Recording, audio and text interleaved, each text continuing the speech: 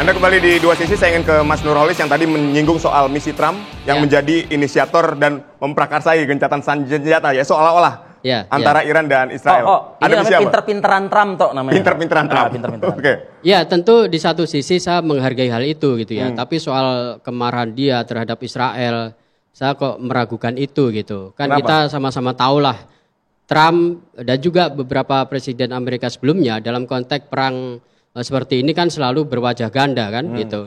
Jadi bisa saja itu Amerika tanpa Israel tidak mungkin. Tidak mungkin. Karena itu Iran kenapa menyebut Israel itu setan kecil, Amerika itu setan besar. Kan gitu kan. Gitu. Mas Nurholis, ya. Saya cuma ingin mengatakan begini. Orang kayak Trump itu adalah salah satu kelemahannya, dia itu bodoh dalam berpura-pura. Jadi dia kalau lagi marah, marah aja. Dan kata-katanya sering tidak terkontrol. Saya cuma ingin mengatakan kali ini nih, Mas Nurholis kan membayangkan presiden-presiden yang normal nih. Yang ketika tampil harus menampilkan gaya yang berwibawa dan jujur dan seterusnya. Kalau Trump, he doesn't care. Ini gaya koboynya dia tadi Dia emang gayanya koboi. Jadi ketika dia bilang, kurang ajar nih Israel, kan gue bilang gencatan senjata, lu malah nyerang. True or fake? True or fake. Saya juga berharap demikian gitu ya. Tapi saya juga membayangkan kenapa Trump bisa semarah itu gitu ya. Kan bisa jadi dalam bayangan dia itu dia bisa aja nanti ide atau gagasan impeach itu bisa benar-benar terjadi gitu. Karena kan yang marah terhadap dia itu kan bukan masyarakat di luar Amerika, warga negara Amerika sendiri sudah banyak yang muak, termasuk mungkin tidak hanya urusan cawe-cawenya Iran, Amerika, tapi yang Palestina, politik dalam negeri kan juga berkembang. Betul, gitu. Tingkat kepercayaan tapi masyarakat bahwa bahkan dia turun 40%. Misalnya gini, bahwa dia menyerang Iran tanpa persetujuan Kongres, tanpa memberitahu Kongres, itu kan bikin marah Kongres. Betul. Ya, makanya saya katakan tadi orang kayak si Zohran Mamdani dari New York itu sebetulnya kemenangannya menurut saya turut dibantu oleh kemuakan orang terhadap gaya-gaya Trump dan kawan-kawan dari Republikan. Berarti Anda mau mengatakan ada movement di Amerika saat ini? Loh jelas itu, kan sudah berbulan-bulan di kampus-kampus nomor 1 masih Amerika Serikat, even Harvard gitu ya, dan yang besar-besar itu kan ada penolakan kepada perang ini secara terus-menerus dan orang tuh sudah tidak malu-malu lagi bilang bahwa I'm against Israel gitu kan. Nah tadi Anda belum menjelaskan secara lengkap misi Trump jadi apa? Ya misi Trump jelas dia ingin menunjukkan bahwa negara dia itu superpower dan itu tidak terkalahkan, kira-kira gitulah. Kan itu yang selalu ini kan, jadi ada post power syndrome kalau Amerika itu kalah dengan negara lain. Nah, itu yang menurut saya satu hal yang ini sulit untuk diakui oleh Trump gitu. Gitu. Tapi di luar itu saya ingin mengatakan bahwa kan Trump ini kan mencitrakan diri sebagai orang yang religius gitu ya, bahkan cenderung agak fundamentalis kira-kira gitu. Tapi justru dari situ saya ingin mengingatkan kepada dia gitu, dua-duanya juga terhadap Israel juga. Kan Trump itu kan latar belakangnya evangelis. Nah kalau dalam ajaran Alkitab itu kan gini, berbahagialah mereka yang meniti jalan damai karena akan disebut oleh Tuhan sebagai anak Allah kan gitu. Kalau dalam Alkitab kan begitu. Nah semoga ayat itu bisa menjadi inspirasi bagi Trump untuk mengingatkan diri dia sendiri. Tapi mungkin bagi seorang Trump terinspirasi dari ayat itu. Karena kan ini kali malah jadi pemicu perang kan. Ya kan kita hanya bisa berharap Mas gitu. Ya kan? Enggak ada cara lain gitu. Karena kita sama-sama sepakat bahwa perang itu bukan jalan keluar. Gitu. Mas Pizarro ada komentar soal ini? Ya, ini yang menarik sebenarnya itu kritikan internal terhadap Trump itu juga sudah terjadi para pendukungnya. Atau kita nyebutnya MAGA, kelompok MAGA, Make America Great Again. Ya, seperti itu. Karena kan jualannya Trump itu ketika dia menang ini kan lucu. Dia tuh jualannya sebagai juru damai. Orang yang anti perang. Bahkan dia ikut nyalahin Biden itu. Tapi dia ngebom Iran. Karena terlibat dalam perang terhadap Israel. Dan dia berhasil menipu para pemilih-pemilih Arab ya kan. Di Amerika karena dia menipu seperti itu. Padahal yang ketika dia naik menjadi pemimpin, jadi presiden, yang terjadi ialah ketika Israel kemudian memutuskan melanggar gencatan senjata, itu kan juga tidak lepas dari green light dari Trump. Ya, ada restu dari Trump, dari Netanyahu, dan akhirnya sampai sekarang genosida Gaza masih terus berlangsung sampai sekarang.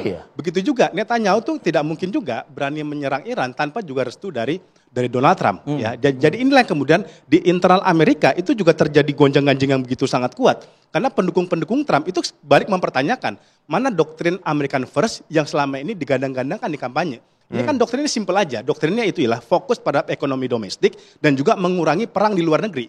Makanya kan Trump itu kan juga menyetop dana bantuannya kepada Ukraine. Dan itu karena membebani anggaran militer yang ada di dalam Amerika. Tetapi ketika dia kemudian malah ekspansi ke Iran, ini kan jadi tanda tanya di internalnya. Padahal menariknya, utang Amerika sekarang itu 36 triliun US dollar.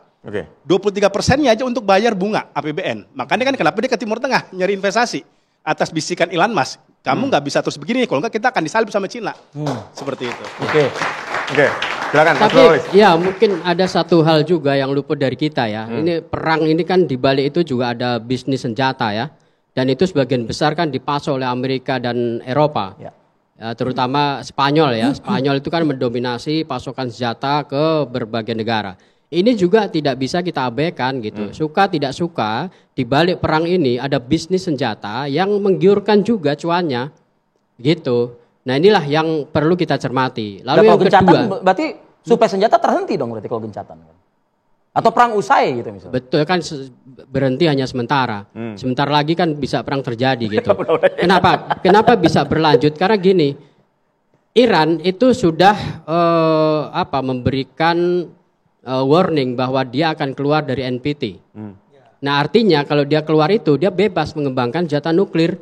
Nah ini kan juga problem buat kita semua gitu. Ancaman terkait dengan perang itu nggak hanya berimbas kepada Iran dan negara-negara di sekitarnya, tapi juga sampai di Indonesia. Kan Iran itu punya ini ya, Teluk Hormuz itu. Itu adalah pemasok minyak 20% di seluruh dunia. Nah kalau itu tidak lagi sampai ditutup misalnya, maka itu imbasnya sampai Indonesia. Ada analis yang mengatakan imbas itu akan berakibat kepada kenaikan minyak di Indonesia 20-30%. Nah tentu ini akan berimbas kepada masyarakat luas. Ekonomi juga. Betul, gitu. Karena itu bagaimanapun Indonesia, meskipun jangankan Indonesia ya, PBB aja kan nggak didengar oleh Amerika dan juga Israel.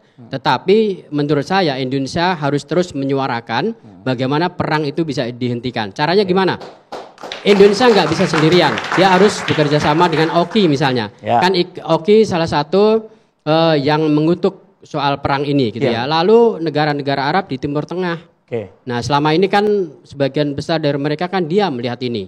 Ya karena mereka mungkin hanya bersikap parsial saja ya. Iya betul, pasif. Nah Indonesia harus memerankan itu supaya perang ini bisa ya mungkin kalau tidak bisa dihentikan ya bisa inilah gencatan senjata ini bisa berpanjang gitu ya. Silakan, ini karena ini mumpung ini disebut, tapi Indonesia juga saya rasa harus mengikuti narasinya Iran, ya. Dia hanya mau berhenti perang kalau orang-orang Palestina itu tidak lagi diserang. Jadi jangan sampai kita seolah-olah menyangka bahwa yang perang tuh hanya Iran versus Israel, and that's it, ya. Enggak, ada pihak lain yang jauh lebih membutuhkan perdamaian, namanya Palestina. Jadi kalau memang Indonesia ngomong sama OKI, bareng-bareng OKI nih ya, semua itu menyatakan bahwa mendukung gencatan senjata, meminta agar serangan dihentikan, tapi terutama serangan dihentikan bukan hanya ke Iran atau ke Israel, tapi juga Palestina. Iya. Dan itu sudah disuarakan oleh OKI kan. Ya, gini, yang menarik adalah ketika di forum NATO, Trump ini justru bilang memprediksi bahwa perang ini, gencatan senjata ini akan berjalan singkat dan perang akan kembali terjadi antara Iran dengan Israel. Tanggapan Anda? Ya, saya duga itu karena dia melihat nih bahwa ini dua-duanya keras kepala, ya, bahwa baik Israel maupun Iran. Tapi dia kayaknya lebih paham kalau itu dilakukan oleh Iran. Saya ngerti karena mereka yang diserang duluan kan, kan sebetulnya menyerang duluan oleh Israel kan. Tapi saya nggak ngerti kenapa Israel setelah didukung oleh Amerika Serikat, Amerika ikut nyerang dengan bayangannya Trump adalah dengan adanya serangan tersebut, maka masing-masing pihak akan memutuskan untuk yuk kita gencatan senjata. Ternyata hanya dalam waktu beberapa jam Israel kembali menyerang.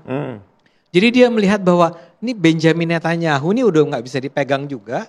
Sementara Iran ya, begitu dia melihat adanya indikasi bahwa perang akan dilanjutkan, dia akan perang habis-habisan. Dan Iran ini adalah sebuah negara yang dari tahun 79 ini kurang mengalami petaka apa sih? Perang tahun 79 ya, lawan Irak, bagaimana diembargo oleh negara-negara besar Amerika Serikat. Mereka udah biasa hidup susah and they survive. Mereka berhasil. Bayangin senjata-senjata yang mereka miliki itu dengan mudah, bukan nggak dengan mudah, itu berlebihan. Itu berhasil menembus Iron Dome dan menghantam Tel Aviv. Itu orang Israel mana kepikir itu bisa terjadi. Jadi menurut saya Trump udah lihat ini kalau Israelnya masih keras kepala nih, Iran nggak akan berhenti untuk dengan berperang. adanya serangan yang menambah lagi jumlah korban lebih dari 60.000 ini dilakukan oleh Israel pada saat gencatan antara mereka dengan Iran ini, Iran menambah semangat untuk menggempur lagi Israel saja habis-habisan nggak kira-kira? Menambah semangatnya dalam arti begini. Untuk pertama kali mereka melihat bahwa kita tuh kuat loh ternyata ya. Kan selama ini kepercayaan diri ada. Kepercayaan diri dan orang-orang rakyat sipilnya itu kalau perlu kami mati untuk ini dan kami siap untuk itu kan. Ini yang tidak pernah terbayangkan oleh Israel dan Amerika.